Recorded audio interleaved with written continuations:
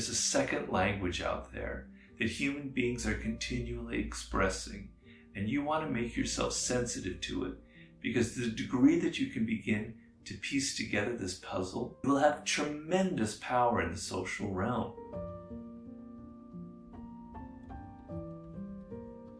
Well, something that I wrote a lot about in the Laws of Human Nature, I want to talk briefly about, is the idea of nonverbal communication, of the ability to decipher people, the people that you deal with on a higher level, because we are social animals.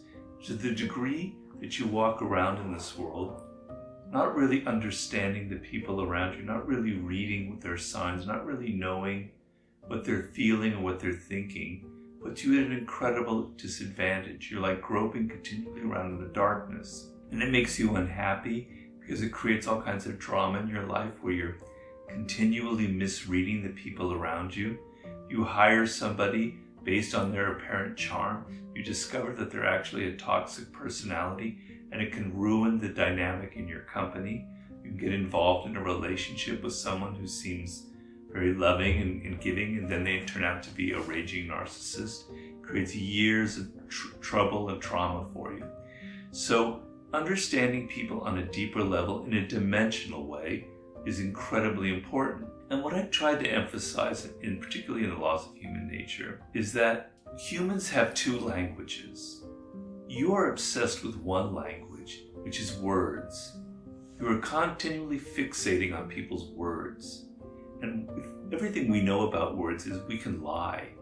I can tell you right now here on camera that I am, the most brilliant person in the universe, or I can tell you something else, that I can dunk a basketball. I can say whatever, but it's an outright lie. I can say whatever I want. Words are actually can be used for a great weapon for deception. Okay, but there's a second language that is not very much harder to express deception in. And it's not just a language of the body, it's also a language of gesture and behavior. So I want you to start thinking in this way. I want you to start thinking there's a second language out there that human beings are continually expressing, and you want to make yourself sensitive to it, because the degree that you can begin to piece together this puzzle will have tremendous power in the social realm. You won't get dragged into all of these needless dramas that will weigh you down and that will cause you sleepless nights. You'll be able to influence people on a higher level. You'll get them to be more interested in your ideas. You will be able to pierce their defenses. You can't read other people's minds. I don't know what you're thinking right now out there. Of course, I don't even know anything about you because you're invisible. But if you were here right now, I wouldn't be able to read your thoughts. But I can sense your moods, your emotions. We humans have that power. So let me guide you very briefly through that and how you do that. The most obvious way is the face. Okay? You need to pay greater attention to people's facial gestures, to people's facial behavior. So the eyes generally express authentic emotion and surprise and excitement by the way that they open, right? And we've all experienced people who have what I would call dead eyes, right? So something I've noticed a lot with people who are incredible narcissists. Narcissists can sometimes give you the impression that they're really, really interested in your ideas, right? They seem to maybe have a degree of empathy. They're listening to you. They're letting you talk. Oh, they can't be a narcissist. But pay attention. Their eyes will give them away. While they seem to be talking to you and their eyes are not engaging with you. There's something dead about them. There's a discrepancy. You are looking for discrepancies in facial expressions. The eyes say something, but the mouth says something else, right? People are smiling, a fake smile. The fake smile has the mouth going up, but the eyes aren't, the whole face isn't kind of showing excitement. It's not going across the entire face. You're looking for like something that doesn't quite fit, where there's excitement in their voice, but there's nothing happening on their face, okay? So be attentive to these signs. to the signs of genuine emotion. So when somebody really smiles, when somebody's really happy, when somebody's really interested in your ideas, their whole face tends to become animated. You don't see like one part is kind of dead and quiet and the other part is animated. The whole face, because we cannot control that part. When you're genuinely interested in it, everything lights up and you can't fake it, all right?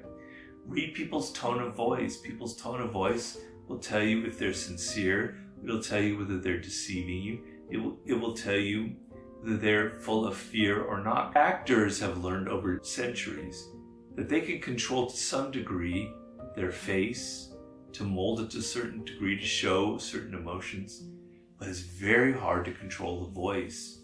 Very difficult. So people reveal a lot of their actual excitement or their lack of interest through how they talk, their tone of voice. I don't have to go into great detail about it because you know it, you sense it. You're continually feeling these things day in and day out. You go in a meeting and you think people were interested in you and such, and you go out and you go, I don't know if that went so well. And when you have that doubt, it's because you probably sensed on the nonverbal level that people seemed interested, but their bodies weren't showing that they were, that their voices weren't showing it. You can trust those kinds of opinions. Okay, so body language is extremely important. Books have been written, forests have been felled for paper for these books about how to read body language. The thing you don't pay enough attention to are people's actions and gestures. One thing that I've always noticed that's very telling is how people say goodbye.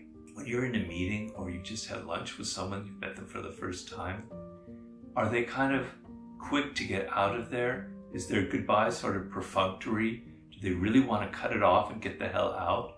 Or is there this kind of thing of where they want to go on and on and on and on, right? How people say goodbye, how they end a telephone conversation, how they end an email, how they end a meeting or a lunch tells you a lot about how they feel towards you. It's very eloquent. It's either, I'm impatient, I really want to get away from this person. I really want to communicate as little as possible, or no, I want more of them, etc. So pay attention to that level.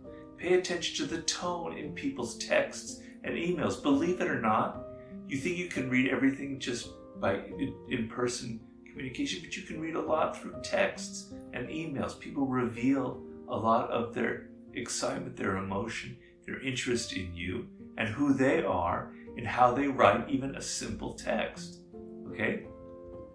I'm continually aware when I read people's work, like somebody in a newspaper or a book, I can tell how much of a narcissist, how big their ego is by the way that they write. So a narcissist will reveal him or herself in their writing style by all kinds of flowery, extravagant language that seems very interesting and very exciting. All these kind of wild metaphors, and you go, wow, that's kind of interesting. But then if you think about it, their ideas are really rather empty. There's nothing there. They're trying to sort of impress you with their verbal pyrotechnics. There's a columnist for the Washington Post. He's on the conservative side. I don't hold that against him. His name is George Will, very famous.